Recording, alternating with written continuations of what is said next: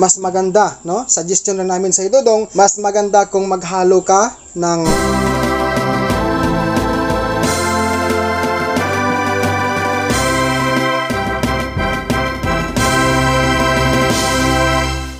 ano guys ha, linawin ko lang, itong drinker hindi po para sa isda ha, baka isipin nyo iinom isda dito, hindi po. Kasi guys, may kasabihan nga po, Nick! Hi guys, magandang araw po sa ating lahat. Welcome back po sa aking YouTube channel. At sa video na ito, gusto ko pong i-share sa inyo guys ang mga ilang comment po na akin pong natanggap mula dyan sa ating mga viewers, no? Sila po ay, sa palagay ko, sila ay 13, no? Okay, so nagparating sila sa kanilang mga concern regarding po sa akin pong ginawang finishing na pino, madulas daw po sa mga baboy. Ngayon guys, gusto ko munang humingi ng pasensya sa inyo dahil makalat po ako ngayon dito. Hindi pa ho kasi tapos ang aking pag-finalize sa kulungan na ito. So dito guys, si kabayang Mary Ann Romano Nimer, sabi niya, hindi po advisable yung ganyan na flooring para kulungan. Dapat kunting rough po para hindi madulas mga alagang baboy. Sabi naman po ni kabayang Jingoy T. Murasa, sabi niya madulas to sa baboy pag nagtakbuhan. Si kabayang Dorado Lidi, sabi niya dapat rough lang yan pag finishangan mo. Yan, ikaw mismo ang naglagay sa kapahamakan pag magtakbo yung baboy mo. Madulas yan. Wala ka pa siguro naka-experience. Madulas yan. Ang sabi naman po ni kabayang GP Martinez, pangit yan sir, madulas yan pag mababasa. Si kabayang Angeles Ridohirio Marvin, sabi niya, pag grower stage na baboy mo, putol yang PVC mo sa gitna. Sabi po ni kabayang Joffrey Baramida, pilay baboy mo dyan. Si kabayang Jojo Santa Romana, sabi niya, sigurado mapilayan ang baboy mo dyan, boss. Si kabayang James Paul Parasuran, sabi niya, madulas yan, bay. Delikado sa mga baboy. Kabayang Rubin Pintor Briones, madulas yung ginawa mo. Si kabayang Marlon Swan Bacani, finishing gamit kutsara. Ayun. Ito guys, si kabayang Sick Ralph Etoxi, concrete pan para sa hito. Nagtatanong po siya guys. Then si kabayang Junril Vinder, sabi niya, tapos na ang baboy, isda na naman ilagay dyan. So maraming salamat po sa mga nagsabi ng ganon, nagparating po ng inyong mga concern regarding po sa finishing na ginawa ko dito sa akin pong dating baboyan. Ang katotohanan po nito guys, hindi na po baboy ang akin pong ilalagay dito, kundi isda na po. This coming December 1st week ay darating na po siguro, no? Makuha ko na ang mga fingerlings ng isda na akin pong alagaan dito.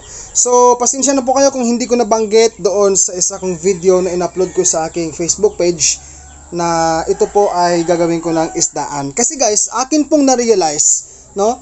Naisip ko na sayang ang isang space na ito. Naisip ko, sabi ko mas maganda siguro na gagawin ko na lang isdaan. Kumbaga, ang guys, ang status ay mag-trial and error po ako or mag-learn, no?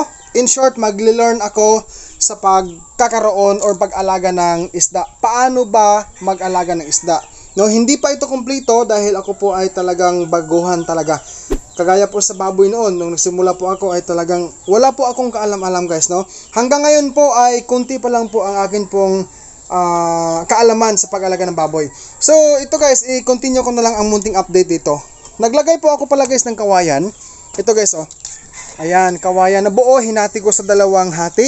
Tapos akin pong nilagay sa bandang itaas ng hollow block. Ayan guys. Palibot yan guys Doon, yan, palibot yan doon. Okay? And then, nilagyan ko po ng, anong tawag dito? Cyclone. Ito guys. So, hindi pa ito na fix dito sa gilid kasi nga busy po ako. Slowly lang po ang akin pong pagtrabaho dito sa akin pong area na to dahil marami po akong manage sa akin pong tinatawag na time management. Ayan. So, ang drainage guys, orang nasa bandang gilid. Doon guys, sa may puste po. Okay? Tapos, itong sinasabi ni kabayan kanina na mababali daw yung PVC ko. Ito guys, oh. Ito guys. Tinanggal ko lang to kanina eh. Yan, ito po. So, PVC, dyan po dadaan ang tubig kapag dumating po ang panahon na kailangan ko mag-drain. Halimbawa, may isda na rito, tapos kailangan mag-drain. So, dito po ang daluyan or tagusan ng tubig. Diyan dadaan, I mean. Pero, yung part sa ibaba ng PVC na yan, ay hindi ko pa kasi nilagyan ng butas, no? Kasi pinapatuyo ko pa ng husto ang simento na to, yung flooring. Tapos guys, sa loob lang ako naglagay muna ng finishing, no? Tapos, naglagay o naghalo din ako ng Sahara, no? Kasi may nagpayo sa akin na mas maganda, no? Suggestion na namin sa Dodong, mas maganda kung maghalo ka ng Sahara sa iyong simento sa pag-flooring mo diyan. Tapos dito rin, no? Dito kasi guys, may halong buhangin na mula po sa baybay, ibig sabihin sa dagat, no? Hinakot ko talaga yan gamit ang pinggahan. Kung tawag sa Bisaya yung pinggahan, no? Para madala ko ang dalawang container or balde mula sa dagat papunta rito. Tapos dito sa sahig, ang unang ginawa ko dito ay nag-finishing ako simento tapos buhangin na pino mula sa dagat. Ang pangalawa guys, ito na po yung ginawa kong final finishing na pure simento with mix of Sahara. So ito na yung guys. Tapos kanina ay naglagay ako ng tubig para mabasa po ang buong area sa sahig. Tapos ang drinker dito, hinayaan ko na lang to guys. Ay, ano guys ha, linawin ko lang, itong drinker hindi po para sa isda ha, baka isipin nyo, iinom isda dito, hindi po. Sinadya ko lang po na iwan yung isa, ang isa tinanggal ko. Okay, ganun din po dito sa kabila. Dito guys oh. Ayan, so iniwan ko lang, tapos ang baldian dito pa rin. Wala, kung baga type ko lang guys na iwan yung isa dyan, ang isa tinanggal ko. Ayan, so isa pa sa mga plano ko po ay maglalagay ako dito ng kudal or bakod. Dito banda guys, dito. Kasi open dito sa sa area ko. Dito guys sa bandang labasan may cyclone po, and then mag-a-add pa ho ako ng pinong net or pinong lambat dito banda sa bandang looban para po hindi makakatagos ang isda pag sakaling tumalon man. Dodong, paano ang supply mo sa tubig? Yung supply ko guys sa tubig ay magmumula doon sa bomba namin, tapos meron po akong binili na PVC. Ito guys, mahaba to. Yan, no, yung PVC. Nalagyan ko na po yan ng coupling. Ito pinagdugtong ko po ito guys. Mahaba po yan.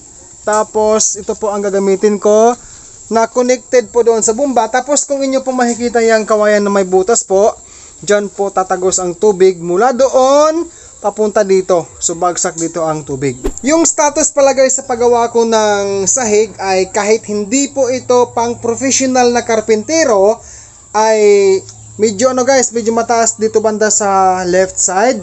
Unti-unti pong pababa patungo po dito sa butas na PVC, yung drain area. Ganon din po doon guys sa right side. Medyo mataas, papunta po dito sa gitna, unti-unti pong pababa. Bagsak dito guys ang tubig. So kung ako po ay magde-drain ng tubig, dito at doon na tubig ay babagsak po dito sa gitna. Diyan po iikot papunta po sa loob ng tubo at lalabas doon sa kabila. So guys, bago po tayo magtatapos sa video na ito, ulitin ko lang po, gagawin ko na pong isdaan ang area na ito. Nais ko lang matuto guys sa isa pang kaalaman tungkol sa backyard fish pond, no? Kasi guys, may kasabihan nga po, everything can be learned. Kung ano man po ang gusto nating matutunan na isang bagay, kung gustuhin natin talagang may paraan po. Isa rin po guys sa akin pong na-realize na sayang po ang space na ito, kaya nag-decide po ako na magsimula akong mag-alaga ng isda para dagdag kaalaman din po. So yun guys, ang mga baboy ko po ngayon ay 21 days na po silang kumakain ng starter feeds. 9 days remaining po bago makumpleto ang 1 month po sa starter. Pagkatapos niyan po ay i-grower ko na po sila.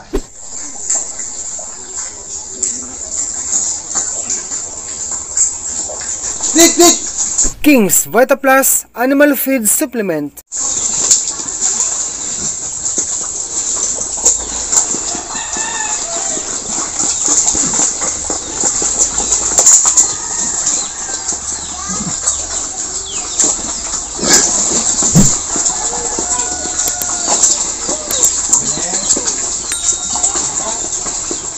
Salamat po sa panonood. God bless po sa ating lahat.